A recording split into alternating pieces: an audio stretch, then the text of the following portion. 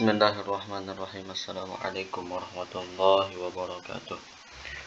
Alhamdulillahirabbil alamin. Allahumma shalli ala sayyidina Muhammad. Allahumma aslih ummata Muhammadin sallallahu alaihi wasallam.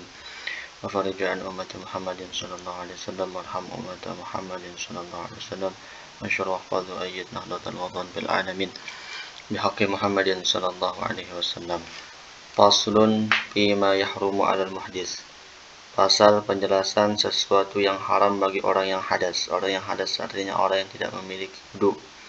Manin taqada wudu'uhu, siapa yang batal wudunya, harum alaihi arba'atu asya', maka haram baginya 4 perkara. As-salatu, yang pertama salat, maka salat haram bagi orang yang tidak memiliki wudu, kecuali dalam keadaan tidak ada air, tidak ada debu.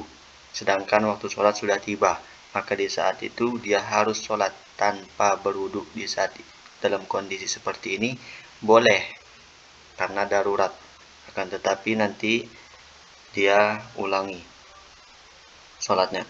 Wat tawafu, tawaf itu mengelilingi Ka'bah, dan tawaf tidak harus bagi orang yang haji saja. Tawaf bisa setiap hari. Jadi kalau ada orang tinggal di sekitaran Makkah, dia bisa tawaf setiap hari dan harus mempunyai wudu.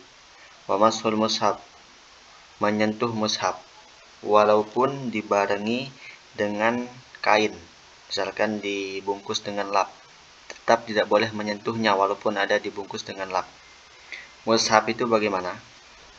Mushaf itu semua tulisan Al-Quran yang tujuannya menulis Al-Quran dan untuk dibaca, itu namanya mushaf, walaupun bukan sampai 30 juz atau walaupun hanya 1 lembar, itu pun namanya mushaf dan tidak boleh disentuh kecuali darurat, misalkan menemukan kertas Al-Quran yang robek di lantai, maka dia wajib menaruhnya di tempat yang terhormat walaupun tidak memiliki wudu karena darurat. Dan ada juga pembahasan masalah mushaf ini, yaitu kalau mushaf itu disertai dengan tafsir, ada tafsirannya, ada kan mushaf yang memiliki tafsir Al-Quran. Kalau tafsirnya lebih banyak isinya, maka boleh disentuh bagi orang yang tidak memiliki wudu kalau tafsirnya lebih banyak. Kalau sama, tidak boleh, haram kalau sama, banyak tafsir dan banyak Al-Qurannya. Ataupun tafsirnya lebih sedikit juga haram. Wa hamluhu, membawa Al-Quran juga haram. Membawanya haram walaupun di tas, ditaruh di tas haram, kecuali dengan syarat bisa tidak haram apabila disertai dengan buku lain atau benda lain, dengan niat dia membawa bukan mushaf, dia membawa buku, bukan mushaf. Di dalam satu tas ada beberapa benda lain yang dibarengi dengan mushaf, boleh dibawa dengan niat, jangan niatkan membawa mushaf, tapi niatkan membawa buku. Tapi kalau dia niatkan membawa mushaf saja, maka ini tidak boleh, haram. Wa yahrumu 'alal junubi sittatu asya', haram bagi orang yang junub itu 6. Sebab junub ini ada beberapa, misalkan sebab mimpi, keluar mani itu kan. Atau juga bisa junub ini bagi orang anak kecil di usia 7 tahun atau di bawahnya pun bisa. Kalau dia sudah punya istri kemudian digauli istrinya. Ini seandainya kita berandai-andai dalam fikih itu ada seperti itu. Itu juga junub namanya mereka. Junub tidak haram juga, yaitu sholat. Sama seperti yang tadi, 4-nya sama, cuma tambahannya 2. As-sholat wa tawaf wa masul mushaf wa hamluhu. Dan tambahannya walubsu fil masjid, berdiam di dalam masjid.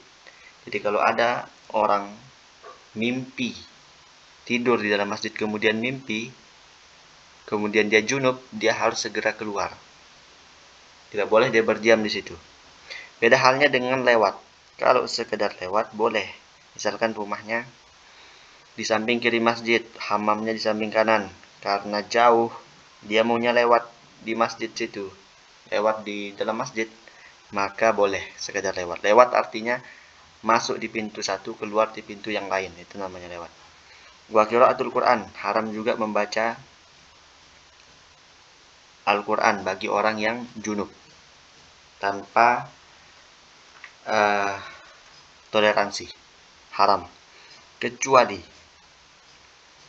zikir yang mengandung ayat Al-Quran dengan niat bukan membaca Al-Quran, itu boleh seperti itu. Ada zikir-zikir dalam Al-Quran kan, nah itu banyak di buku hizib-hizib dan lain sebagainya.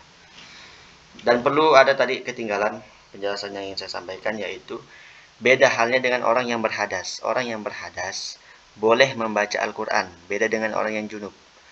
Boleh dia membaca Al-Quran tapi tanpa menyentuhnya. Menyentuhnya memang tidak boleh, tapi membacanya boleh. Misalkan dibukakan sama orang lain, atau dia memiliki hafalan, maka itu boleh bagi dia. Cuma perbedaannya, orang yang membaca Al-Quran dengan wudu pahalanya 10, sedangkan membaca Al-Quran dengan tidak menggunakan wudu pahalanya 1. Wa yahrumu bil haidi asyaratu asya. Haram bagi orang yang haid 10. Sebenarnya 4 tambahannya ini. 6 kalau digabungkan sama junub tadi. Sekarang ditambah 4 jadi 10. Sama semuanya dari ke-6 sampai itu. As-salatu wa tawafu wa masul musab wa hamluhu wa lubsu fil masjid wa qiraatul Quran. Sama ini. Nah, ini tambahannya was-saumu. Haram orang yang haid itu, perempuan haid berpuasa. Tapi kalau dia berhenti darah haidnya sebelum matahari terbit, tapi dia belum mandi besar, maka tetap dia wajib harus puasa. Wat talaku, tolak ini juga haram bagi wanita haid. Yang haram yaitu suaminya. Suaminya haram mentalak istrinya sedang dalam keadaan haid. Tapi jumhur ulama mengatakan talaknya tetap jatuh walaupun haram. Wal mururu fil masjid in khafat talwisahu. Ini lewat di masjid kalau dia khawatir mengotorinya dengan sebab darahnya mungkin, nanti takutnya terjatuh. Ini haram bagi perempuan haid. Tapi kalau dia bisa pastikan tidak mengotori masjid, lewat saja tidak mengotori masjid, itu boleh. Wal istimta'u bima baina surati wa rukbati, bersenang-senang dengan sesuatu di antara pusat dan lutut. Ini diharamkan bagi perempuan karena takut begini, orang perempuan yang haid itu haram digauli, haram bersetubuh dengan suaminya. Makanya tidak boleh dia bersenang-senang di antara pusat dan lutut, takut nanti keterusan, itu maksudnya.